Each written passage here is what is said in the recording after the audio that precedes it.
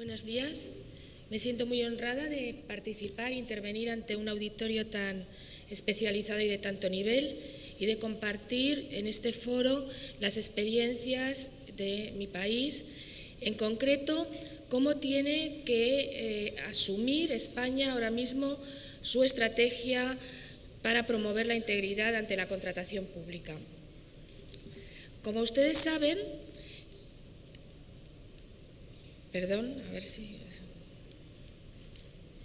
España, como país miembro de la Unión Europea, tiene que cumplir, ¿no?, con la normativa en materia de contratación que aprueba el Parlamento Europeo. El Parlamento Europeo aprobó en 2014 unas nuevas directivas que incluyen medidas anticorrupción. Estas medidas se tienen que incorporar a nuestro derecho interno antes de abril de 2016. Pero junto con esta obligación, digamos, legal, existe en España, como en la mayoría de los países, un movimiento de exigencia social que quiere unas medidas anticorrupción mucho más contundentes. Prueba de ello es el documento que ha elaborado Transparencia Internacional España con la colaboración de diversas entidades, entre ellas el Observatorio de Contratación Pública, del cual formo parte y al cual represento en esta mañana. Es un documento que contiene 60 medidas anticorrupción y lo ha presentado a los partidos políticos de cara a las elecciones que se van a celebrar en el próximo mes de diciembre. Estos son, digamos, las dos exigencias que ahora mismo en nuestro país hay que contemplar. Pero, por responder a la pregunta del panel, ¿son eficaces las medidas anticorrupción? Bueno, pues la propia Unión Europea ha contestado a ello en el informe anticorrupción de 2014 para reconocer que los objetivos que se plantearon están muy lejos de haberse conseguido. Y por desgracia los datos vienen a corroborar esa valoración porque los países de la Unión Europea, los 28 países, solamente 5 estarían bien posicionados en el ranking del índice de percepción de la corrupción que elabora Transparencia Internacional y, por desgracia, países relevantes como Francia, como Italia, como España, van bajando posiciones desde el año 2016. Algo está pasando y, por lo tanto, la estrategia anticorrupción, la lucha contra la corrupción es prioritaria ahora mismo para la Unión Europea y para los países miembros. Del informe anticorrupción de 2014, yo he extraído 2 ideas que me parecen fundamentales a la hora de diseñar cualquier estrategia. Primero, que la Unión Europea reconoce que no hay ninguna solución universal. Hay países que han elaborado estrategias muy complejas, institucional, jurídicamente, y los resultados que han obtenido no han sido buenos, y sin embargo otros países que sin elaborar una estrategia específica, pero aplicando altas dosis de transparencia y de medidas preventivas en las que participan los beneficiarios de los servicios, los ciudadanos, han conseguido mucho mejores resultados. Voy a hacer un inciso. La participación en materia de control y de diseño de la contratación pública, que he visto que aquí en los países americanos hay bastantes iniciativas, en el ámbito europeo y sobre todo en España no existe. La segunda premisa es que cualquier estrategia anticorrupción tiene que ser dinámica, tiene que ser un sistema que establezca medidas con unos indicadores para controlar su eficacia y que esos controles se vayan haciendo paulatinamente para, en su caso, si ver que los resultados no son buenos, rediseñar la estrategia. Y ya entrando en el aspecto de la contratación pública, ¿qué es lo que está ocurriendo con la corrupción en materia de contratos públicos en la Unión Europea? Pues el problema fundamental es que no hay mecanismos de control y de gestión de riesgos. En general, aunque los países tienen alguna normativa en materia de conflicto de intereses y de control de riesgos, son normativas que contemplan unos controles muy formales, administrativos, que no entran en el fondo del asunto. Muy pocas veces contemplan sanciones para ello y menos todavía algún efecto respecto de los contratos que se adjudican en un ambiente de corrupción. Y ya en el ámbito local y regional todavía es más laxa la exigencia. Analizando las zonas más vulnerables de las tres fases de la contratación, la preparación, la adjudicación y la ejecución, veremos que los problemas son muy comunes en todos los países. ¿Cuáles son los riesgos en la parte de preparación del contrato? Pues con carácter general se ve que las especificaciones técnicas son excesivamente cerradas, expulsan a muchos licitadores de la contratación, al final parecen hechas a medida para una empresa concreta. Los criterios de selección de los empresarios pues a veces son desproporcionados, excesivos y también producen el mismo efecto de expulsar a los contratistas de la licitación.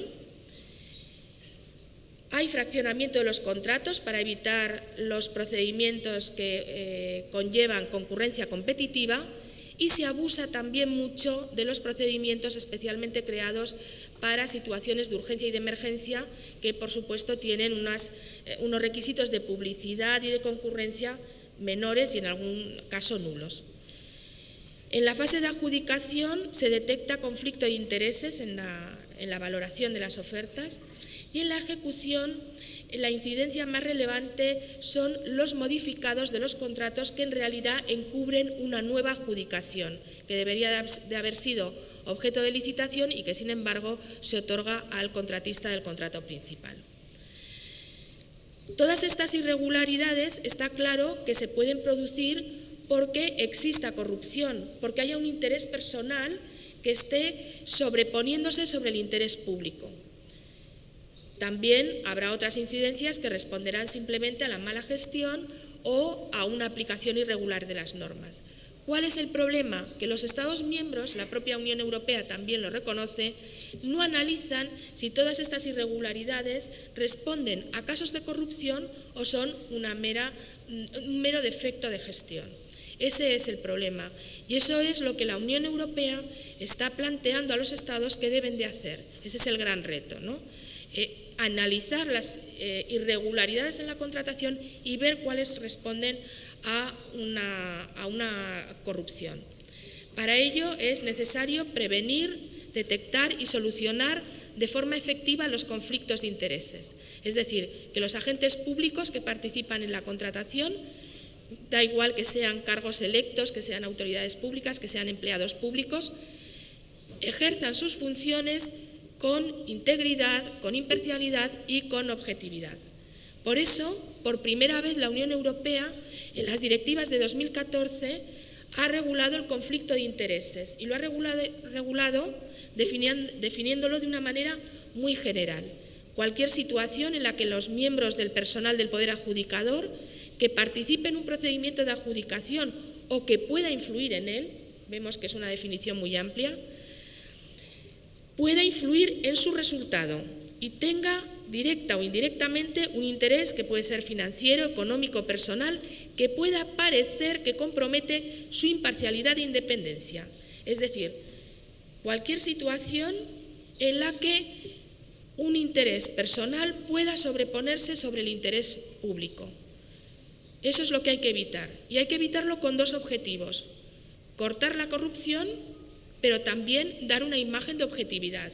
Es muy difícil volver a convencer a la ciudadanía de que confíe en lo público si no se da esa imagen de integridad. El conflicto de intereses debe de resolverse en el ámbito del poder adjudicador, normalmente apartando del procedimiento al agente público que está incurso en ese conflicto. Si el conflicto es ya de mayor relevancia, a lo mejor hay que apartarlo de ese área de actividad y solamente si no hay ninguna otra solución habrá que excluir al licitador del procedimiento de adjudicación. Esa sería, digamos, la última medida posible. Junto a la regulación del conflicto de intereses, las nuevas directivas recogen otras 3 medidas anticorrupción que también son importantes. La primera es que no se debe de hacer solamente un análisis de los casos individuales de conflicto de intereses y de corrupción. Hay que centralizar los datos, hay que estudiarlos, analizarlos y sacar conclusiones para poder diseñar estrategias. Eso hasta ahora no ocurría en el ámbito de la Unión Europea y es una nueva obligación que se ha incorporado para los Estados. En segundo lugar, se regula también por primera vez las consultas preliminares al mercado. Se trata de evitar que los proveedores participen en la preparación del contrato de una manera irregular. Es cierto que muchas veces las administraciones públicas no pueden diseñar un contrato sin conocer el mercado, sin saber cuáles son las posibilidades que ofrecen los proveedores. De acuerdo, pero esas consultas hagámoslas de forma transparente y de forma que no vulneren la igualdad de oportunidades. Y por último, las directivas fijan límites y reglas a la modificación de los contratos, para evitar, como digo, esas adjudicaciones encubiertas. Todas estas medidas tiene que implementarlas España antes del 18 de abril de 2016 y para ello se están elaborando las correspondientes propuestas normativas y en algún caso ya se han hecho algunas modificaciones puntuales. He ido hacia atrás. Junto con estas, obligaciones que nos impone la Unión Europea, tenemos también un reto que nos impone la propia sociedad civil. Y quiero destacar la importancia de las iniciativas que parten de organizaciones como Transparencia Internacional o de cualquier otra ONG que se dedica a materias de transparencia, porque normalmente ponen el énfasis en los aspectos más prácticos de los problemas, es decir, detectan en qué casos las normas generales no cumplen con sus objetivos y quedan zonas opacas o zonas, digamos, de corrupción. Transparencia Internacional dedica de las 60 medidas, 45 a la materia de contratación pública y las divide en cuatro bloques: incrementar la transparencia para favorecer la concurrencia y la rendición de cuentas, fortalecer los comportamientos éticos y la profesionalización, mejorar los mecanismos de control y perfeccionar la legislación vigente. En primer lugar, sobre transparencia. La transparencia tiene que ser un instrumento eficaz. No nos podemos quedar en una mera exigencia formal. En España, por ejemplo, a nivel de licitaciones, ya se ha tomado la iniciativa de crear perfiles de contratante, publicar las licitaciones vía Internet, pero se ha permitido que cada órgano de contratación tenga su propio perfil. Eso quiere decir que ahora mismo hay casi 17.000 perfiles de contratantes, lo cual convierte la transparencia en opacidad. Es imposible que un licitador se maneje en 17.000 páginas web. Se ha tomado la iniciativa de crear una plataforma única de contratación, pero todavía estamos lejos de que se implemente de forma efectiva. Otro ejemplo, las administraciones públicas tienen un régimen de contratación común, pero hay muchísimas entidades públicas, muchísimas, que tienen sus propias reglas de contratación. Cada una puede diseñar sus propios procedimientos. Eso también es opacidad. Es imposible que los licitadores, incluso los que nos dedicamos un poco profesionalmente a la contratación pública, nos podamos manejar en semejante maraña de reglas. Por otro lado, hay contratos que por su importe, por entender que el importe es escaso, no están sometidos a publicidad. Eso es también un error. Quizás las exigencias de publicidad deberán de ser menores que para los contratos de mayor importe, pero en cualquier caso, transparencia siempre. Por supuesto, hay que incrementar la transparencia para conseguir la rendición de cuentas. La ley de transparencia española que se aprobó en 2013 crea los portales de transparencia, pero puede ocurrir lo mismo que con los perfiles de contratantes, multiplicidad de portales. ¿Qué es lo que exige Transparencia Internacional? Pues que todos los datos en materia de contratación se editen en formatos abiertos, estandarizados, que se permita y se favorezca la reutilización por las organizaciones que se dedican a monitorizar los contratos y, en general, ser mucho más transparente sobre la fase de ejecución y la fase de preparación de los contratos. Sobre estas dos fases realmente se es bastante opaco, se es muy transparente en la fase de adjudicación, pero no sobre estas dos fases anterior y posterior. Por supuesto, hay que fortalecer los comportamientos éticos y la profesionalización. Profesionalizar la toma de decisiones. Todavía en mi país es normal que en el ámbito local participen en la valoración de las ofertas miembros electos de las corporaciones locales, políticos. Eso es contrario, ¿no?, a la integridad, crea una puerta a la corrupción. También se entiende que determinadas decisiones, las más importantes, se deberían de someter incluso a comités de expertos independientes. Por supuesto, hay que mejorar la formación ética no solamente de los empleados públicos, también de los licitadores, y impulsar la firma de pactos de integridad que monitorizan organizaciones de la sociedad civil y aprobar códigos de buenas prácticas. En cuanto a los mecanismos de control, también es muy paradójica la situación porque, por ejemplo, hay un recurso especial en materia de contratación que es muy eficaz porque se resuelve de manera muy rápida por un órgano independiente y además permite eficacia en tiempo útil porque suspende la tramitación del procedimiento, pero que solamente se aplica a los contratos a partir de umbrales muy elevados, de tal manera que todos los contratos por debajo de esos umbrales quedan sin este recurso de control. Eso también es muy difícil de explicar a los ciudadanos, sobre todo porque en los ámbitos regional y local precisamente son contratos de menor nivel, de menor importe económico los que se gestionan y por lo tanto quedan en ese ámbito de opacidad. En mi país tampoco está reconocida la acción pública en materia de contratación pública. Para recurrir una licitación hay que tener un interés como empresario, como licitador, a veces como una organización empresarial o profesional.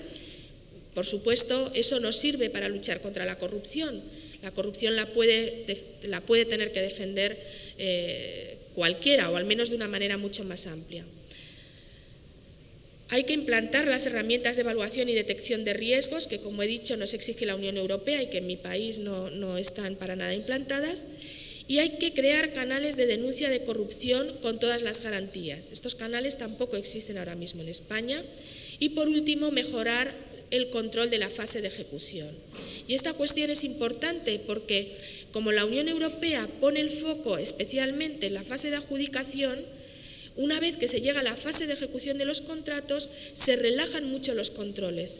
Y es importante no solamente controlar que no hay modificados irregulares, sino también que la ejecución responde a la calidad que se ha firmado en el contrato, que se está cumpliendo el contrato de acuerdo con lo pactado, en los plazos y con las características que el licitador nos ha presentado en su oferta. Por supuesto, algunas de estas medidas necesitan modificaciones normativas, sobre todo recalcaría la de extender las normas en materia de contratación pública a los partidos políticos y a las organizaciones empresariales y sindicales que se financien mayoritariamente con fondos públicos. Se trata también de impulsar la contratación electrónica como medio de transparencia. Hoy vamos a hablar también de ello aquí, así que resultará muy interesante. Exigir que los contratos que se hayan formalizado en un procedimiento en el que se haya detectado un caso de corrupción queden anulados. Hasta ahora los contratos, aunque haya una sentencia penal que condene por corrupción al contrato, no se ve afectado. Y por último, diseñar un modelo de gobernanza de la contratación pública que, digamos, centralice todos los esfuerzos a nivel país. Por finalizar con una conclusión, yo creo que lo que debemos de buscar ahora es implementar una estrategia que favorezca la integridad en la contratación, diseñar unos sistemas de contratación que no tengan aspectos vulnerables y en los cuales la corrupción tenga difícil acceso. La corrupción va a existir siempre porque es algo que está dentro de la naturaleza humana. Se trata de diseñar sistemas que estén cerrados, que estén blindados, frente a la corrupción. Por supuesto, habrá que acompañarlo de sanciones, de recursos y de todos los controles. Pero es muy importante toda esta primera fase de diseño y de prevención. Muchísimas gracias por su atención.